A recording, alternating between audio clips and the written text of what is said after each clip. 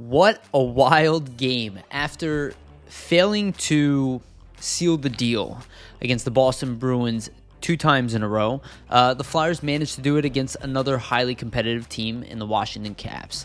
Flyers come away with a 7-4 victory. The 7th goal comes on an empty netter by Sean Couturier, who in particular is going to be a big story in this game. A welcomed return back to the lineup, and clearly the trickle-down effect we were looking for was there. What you hope from Sean Couturier is, he can't stop a 6-1 loss, right? But he can help you in those games where it's a really tight game and you're not playing your best hockey and your best player. I mean, you could say he's the Flyers' best player at this point. It's pretty easy to see that at least in all situations, Sean Couturier can be relied upon as much as anybody in the NHL. Maybe even Patrice Bergeron at this point, right? It was very welcomed. So let's get into it. There's a lot to talk about because there's a lot of heroics in this game, but also a lot of weird things. So first of all, the Caps played well. They were 1 for 1 on their power play. The Flyers penalty kill. The Flyers special teams in general struggled in this game. 4 opportunities for the Flyers. One was a 4-minute major with very little. They had some possession, but very little movement, very little high danger chances. The Flyers seem to be. Most of their success is coming because of their 5-on-5 play, which is great. It's a sign of a good team. But quite frankly, championship teams have to perform on special teams. Without a doubt, it's going to catch up with the Flyers. You could even argue it's catching up with them now. The blown leads, the inability to close out some of these games. But again, an 8-3-2 record, things could be worse. But it's something to look out for because the power play itself is vastly too talented to perform the way that it is right now. It's not the worst it could be. It's not the end of the world. It's not fire people or trade. But you have so many of these good pieces, and I assume now things will change with Couturier coming back. I'm sure they didn't want to put everything on him. The lines were very wacky for this game to begin with, especially with no Sanheim in the lineup as well. That obviously shifts the defense. But the power play itself, I think, could be resolved for that. The PK also will be helped by Couturier being back. But the power plays have been so successful that I can't tell if it's because the Flyers are not good on the PK, or it's a combination. They just haven't been very good, and also teams are hot, so they're just kind of pummeling them. I do suspect they'll get better. They were very good last year, and I don't think Niskanen was the only element of that. He obviously was a big part of that PK unit, but they shouldn't be taking a dramatic drop. But they need to do a little bit better against the Caps. 1 for 1. They only took one opportunity, but again, not necessarily doing it when it comes to the PK numbers. So let's go through the actual game. Players overall, I'll go through them. Travis Konechny looked good, didn't look great, still not looking great. It's kind of weird, his performance. It hasn't necessarily been bad, but it's also at the same time he just hasn't been dangerous in the same way that he normally is. Which I find strange because he's usually, even when he's struggling, he's not struggling to find scoring opportunities. He's struggling to put the puck in the net. So it's something to look out for there, but he's not the only one. Like Lindblom obviously is not there as well, to some degree, understandably so. But, it's, again, something to look out for. Michael Raffl had 2 assists tonight. He was a +4. Obviously, he had increased minutes. He saw time with Jake Voracek, and Couturier was on that unit there for a game-winning goal. I mean, Michael Raffl is pretty much good wherever you put him. That's always been his strength, is that he's just an extremely versatile player. He's not going to... I wouldn't expect that to be a line for very long, even if they do use it for a couple games. But I love that Raffl gets the benefit. And this always happens. That's why he's part of the team, because he always tends to have these nights, or maybe we'll even have a stretch. His best role is on that 4th line. Scott Lawton obviously had a monster performance tonight, but that line of Raffl, Lawton, and NAK, I think, obviously has a lot of oomph to it. Having said that, who knows what's going on with these lines. So Kevin Hayes, he had a good amount of ice time tonight. I wouldn't say he had a bad game, but he's clearly not playing his best hockey right now. He was one of the better players in the beginning of the season. It's important to remember that. So it's not necessarily like I'm picking on Kevin Hayes, but you saw him kind of get dropped in the lineup. He's not playing his best hockey overall. defensively or offensively, at least at the moment. So you saw some drop in his ice time, but I suspect that that's all temporary. Try to push him for a little bit more. Sean Couturier had a phenomenal return. 2 goals, 1 assist, +4 on the night. Welcome back, Sean Couturier. Only had 15 minutes of ice time, 16 minutes of ice time, just under 16 minutes. That's low for him. So, again, they weren't trying to use him that heavily, but if you look at the lineup, the Flyers really balanced out the minutes, but clearly gave the alt line more minutes. We'll see that reflected. Nolan Patrick was a -2 tonight with 13 minutes. I don't think he actually played poorly. I don't think a -2 is a reflection of how he played. One takeaway in the game. He's skating strong, fast.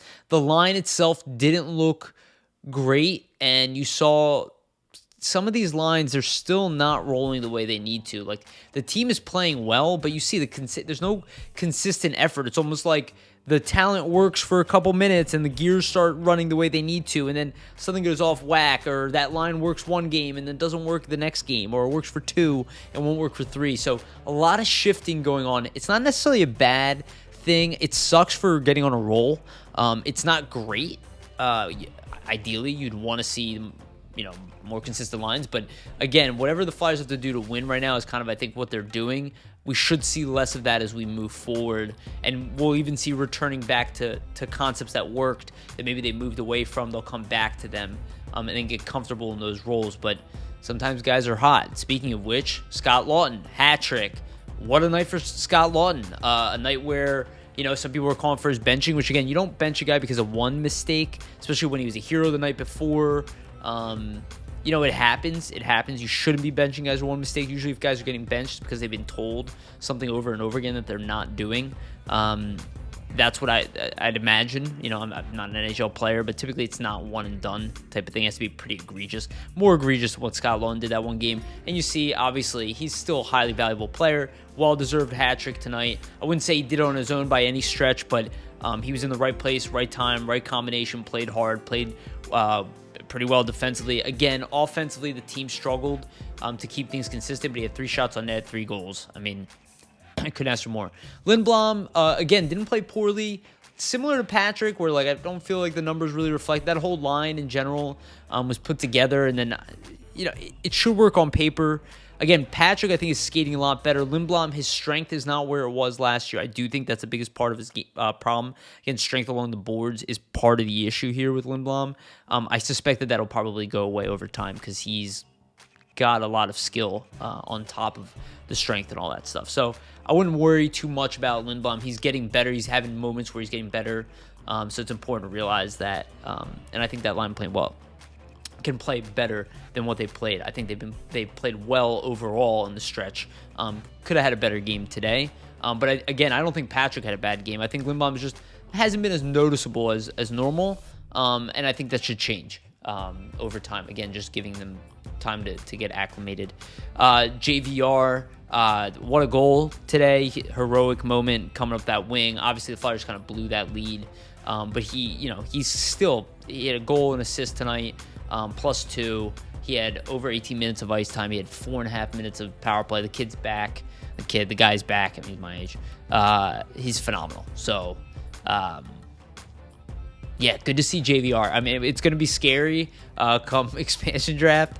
Flyers are definitely going to lose a good player regardless of whether we do something about it or not. I think it's just going to kind of is what it is, and whether it be Ghost or whether it be JVR or whether it be NAK, whether it be Scott Laughton, who I don't think will be exposed, or what could be a young guy. I don't know, but the Flyers are definitely losing a good player. So all the people who want to see JVR gone for nothing, I don't think he's going to be taken because of that contract, but obviously becomes a lot more tenable when you know the guy is producing the way that he's producing. At least you're getting a lot out of him, and that's at the end of the day, that's what you really need. Claude Giroux played a little less tonight. Again, same thing as Nolan Patrick. I don't think he had a bad game tonight. He won a lot of faceoffs. I think he was 75% for the faceoff dot. Didn't have any points, no shots. He could play better. But I could say that about Jake Voracek as well. Tonight we'll get to him. Nicolas Aube-Kubel had the assist. Played him better. He's been undisciplined of late. He's had up and down. He's had some good shots, though. I think that's fine. Honestly, it doesn't really bother me. I think Abe Kubel is going to be here for a little bit. I don't think he's going anywhere unless he gets taken in expansion. I do think the Flyers see him as a development type of guy. Like, he's coming in here. He's going to be a future bottom six here. He's mean. He's nasty. So I like the way he's been playing over the stretch. Again, we know the Flyers have been blowing leads, so team defense needs to be better. Albert Kubel is one of those guys, but also not the worst and also not my biggest focus. Farabee, 3 assists tonight, a +3. If you want any more indication this guy is going to be a star player, this is it. You're watching it. You can look at all the analysts. You know, Russ Cohen was saying, but not many people thought that this kid was going to be doing what he's doing. They thought he was a good player, but obviously he's a point per game pace right now. I think 12 points, 13 games, something like that. I don't know if he's going to be able to sustain point per game pace, but this isn't a fluke. Like, him being in the right place at the right time, his usage going, none of this is a fluke. This could be a top line player by next year for all we know. Joel Farabee, again, incredibly mature. When the physical element of his game catches up to it, I expect him in that crop with TK and Patrick and Provorov. These are cornerstone players. Some people talk about trading one of them for a defense. I'm not beginning it. We're not talking about any of those conversations because none of that is necessary. Farabee is here for the long run. But maybe even future captain material. And then Jake Voracek didn't have his best game, didn't have the worst game at all. Again, the power play is the biggest issue here. If this team buries one on the power play, you see the numbers go up for Giroux and Voracek and Hayes as well. You know, these guys didn't put up points. Power play. They have to figure out what's wrong with it. They're too spread apart. They're not getting enough shots. They're not getting shots from the slot. The passes aren't open. The lanes are shut off. So why? Ask yourselves why. And my biggest question is, why doesn't Claude Giroux have the puck the entire time on the power play like he used to when we had the best power play? Is Joey Mullen still available? So the defense, Phil Myers, welcome back. Thank you, man. Very excited to have him back. Once again, he had 21 minutes of ice time and assist. Played with Provorov tonight. Not a surprise. They needed it. I'm glad they went with it. I think they're going to go with it again next game, regardless of Sanheim's status. And I think Sanheim will probably play with Gostisbehere. Though Justin Braun was a +3 with 2 assists tonight. So go Justin Braun. Good for him. Played with Ghost tonight. Ghost had a pretty good game, 20 minutes, just under 21 minutes of ice time, or about 20 and a half minutes of ice time. And he had some, listen, he's still not a shutdown guy, but he's moving the puck. Even on the power play, he's one of the only guys who got a shot on there. I wouldn't be surprised if his usage on power play goes up. But Eric Gustafsson actually has excelled at the power play. He's doing really well. I mean, both of them had about 4 minutes of power play time along with Provorov. Obviously, without Sanheim in the lineup, it adds the need to put that on them. Gustafsson is getting better. It's not that defensively he's going to be like a knockout guy, but he's not making as many mistakes as what we were hoping for. Once he learns the system, teams start playing better around him, it becomes less of a noticeable issue to have a guy like that in the lineup. And then you put him with somebody like Braun in the bottom pairing. You know, that makes me, I'm comfortable with 2 veterans like that in the bottom pairing. You see, on a night like tonight, they performed offensively. And that's great to see. Robert Haig with a bomb shot tonight. He only had 13 minutes of ice time, but it's really nice to see him get a goal. The confidence has to go up for him, and I think scoring a goal, every now and then he just has this ridiculous shot that just goes in. He has a higher offensive ceiling than a guy like Braun, but again, we see the D game has not been on point this year for Haig, but he's played well of late. Provorov, 1 assist. And a +3 tonight. He played 24 minutes of ice time. Actually balanced. I'm really happy they didn't have to overplay him for 30 minutes of ice time. But good performance. I think a lot of that has to do with the fact that Gustafsson, and again, we had the power play opportunities. We didn't have as many penalty killing. Didn't have to overuse Provorov to an extent. We really need to get Sanheim back in this lineup because you see how crucial Myers, Sanheim, Provorov are to this core. Without them, I would say if any one of those 3 goes out long term, that's where maybe you see a panic deal. But that's a maybe too. That's not a definite. But that's where you're like, okay, Myers is out for 3 months. We gotta have to bring in a guy, right? That's knock on wood. Hard, I think he played well. Obviously, he got pummeled a lot with shots, mostly at even strength. I think he had one he would like to get back. He's not playing his best hockey, but he's also not playing poorly. He's keeping the Flyers in it a lot of times. It's really the Flyers' fault, is that they're really just not playing that well defensively as a unit. They are getting better. Tonight we're seeing it. I mean, they still gave up 4 goals as a team, but they also answered back. This was kind of a weird playoff vibe feel. That's kind of this whole season, so it's something to keep in mind with the scoring. But it's also something I expect to go down as the season goes on. And I have high standards for this team, just like everybody else, and I expect them to play better defense. So 2 blown leads against the Bruins, which were killer, and put a bad taste in everybody's mouth, and nobody's happy about those blown leads. They played well against the Bruins, but they didn't play that well against the Bruins. They can play better, and needing Sean Couturier in those games obviously would have been huge, but they need to play better. They just need to play better overall. Even a game like tonight, the Caps brought it to the Flyers. The Flyers got their shots, the high danger chances, but they weren't able to limit shots. They weren't able to shut things down really until the end, and they got lucky at times, which is fine. Again, these are really good teams. But you want to see every now, again, 13 games into the season, you're not seeing a lot of shutdown hockey. I want to see some of it, right? We're seeing glimpses of it now, though, so I will say it's getting better, and look for it to get even better. I do expect the Caps to respond. I don't expect them to go away. I don't expect the Flyers to have an easy game, which is probably what's causing a lot of this, issues. But it's good to see. Right now, the Flyers stand in a really good spot.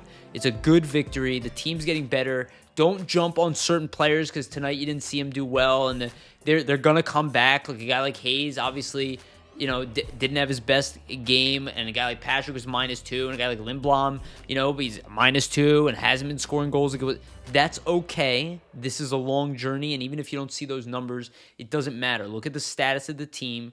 Look at what's going to happen. You have to include next season, the year after that. That stuff is all very real. It's all going to be very real in any decision-making, and also real in a process. How many people counted out JVR? Even though years of success, we do it every time. We're all guilty of it. If you listen to me, I didn't, again, I don't count him out as an NHL player, but I was harsh on him too, right? Ghost, I never count him out. And I say this, never bet against talent. Because talent finds a way. If they have a determination, if they have a will, they will find a way. And guys like JVR have shown it. Guys like Ghost have shown it. This team has shown it. They are extremely resilient so far. Don't call them not. I'm sorry. All these people are saying they're not a cup team. They are. They are a cup team. The problem is they're not playing the way you need to play to win a cup. But they clearly are. Otherwise, you wouldn't be frustrated. It's good to see. It's a good win. Let's see the Flyers do it again. Making up for the blown leads. Holding one here at the end. They need to do more, and I expected every single game after this. Probably won't happen, but I still expect it.